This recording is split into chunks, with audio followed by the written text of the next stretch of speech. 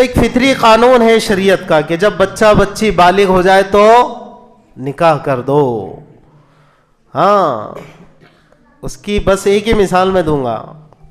अगर शरीयत ये कह रही हो, शरीयत ही नहीं दुनिया के कवानीन भी कहते हैं, हर अक्ल पसंद आदमी कहता है, हर अक्लमंद आदमी कहता है कि जब भूख लगी तो क्या करो, रोजा रखो।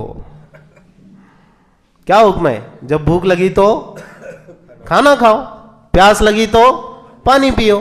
अरे वाह रे वाह, भूखे के लिए आप कह रहे कि फिर काय को इतनी देर से भूखा बैठा, खाना खाना, ये यहाँ पकौड़े की दुकान है वहां खा ले, ये यहाँ ब्रेड की दुकान है कुछ तो भी खा ले वहां से। हाँ जी, और वो क्या रहता है,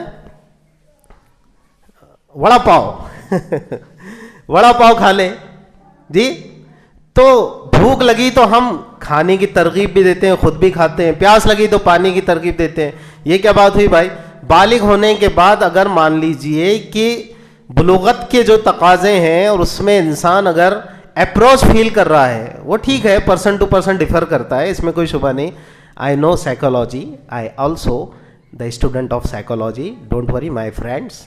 मैं जानता हूँ नफ्सियात को भी कि हर एक के साथ ऐसा नहीं होता, लेकिन इस्लाम ने कहा कि भाई जिसका तकाजा आप अर्ज के दर्जे में पहुंच जाए और उसको चाहिए कि अब वो निकाह करे, तो बालिग हो गया निकाह कर दो।